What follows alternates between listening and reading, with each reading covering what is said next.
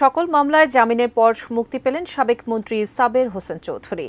অসুস্থতার কারণে আদালতে জামিন আবেদন মঞ্জুর করেছেন বলে জানিয়েছেন তার আইনজীবী। জাহিদ হোসেনের রিপোর্ট।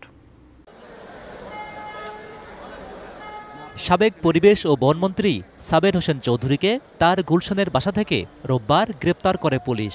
2022 সালের 10 ডিসেম্বর বিএনপি কর্মী মকবুল হোসেন হত্যা মামলায় সোমবার চিফ মেট্রোপলিটন ম্যাজিস্ট্রেট আদালত তাকে 5 দিনের রিমান্ডে পাঠান।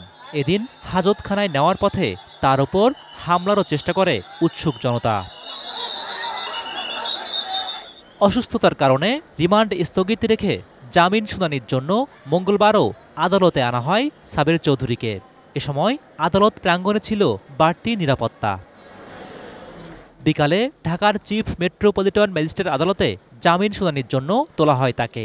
দুই আদালতে একে একে খিলগাঁও থানার 4টি ও পল্টন থানার 2টি হত্যা মামলার সবগুলোতে জামিন পান সাবেক মন্ত্রী। কাঠ ও পিভিসি ম্যাটেরিয়ালের সংমিশ্রণে তৈরি আধুনিক আরএফএল উডিডোর, কাঠের চেয়েও কঠোর। সাবের চৌধুরীর জামিনে সন্তোষ প্রকাশ করেছেন তার আইনজীবী। আর 5 দিনের রিমান্ড দেওয়ার পরদিনই জামিন মঞ্জুর হওয়ায় ক্ষোভ প্রকাশ করেন বিএনপিপন্থী কয়েকজন আইনজীবী। এরকম খুনি, এরকম হত্যাকারী যার সরাসরি সম্পৃক্ততা, তাকে ম্যাজিক্যাল স্টাইলে এই মামলা থেকে জামিনের একটা আদেশ দিয়ে দিলেন। সাবের হোসেন চৌধুরীকে সকল মামলায় জামিন দিয়েছেন।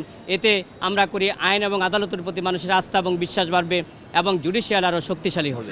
সব মামলায় জামিন পাওয়ায় সাবের হোসেন চৌধুরীকে আর কারাগারে যেতে হয়নি। ছাত্র জনতার অভ্যুত্থানে শেখ হাসিনা সরকারের পতনের পর গ্রেপ্তার হওয়া আওয়ামী লীগের হেভিওয়েট নেতাদের মধ্যে একমাত্র সাবের হোসেন চৌধুরী জামিনে মুক্তি পেলেন। Zahid Hossain, ATN news, Dhaka.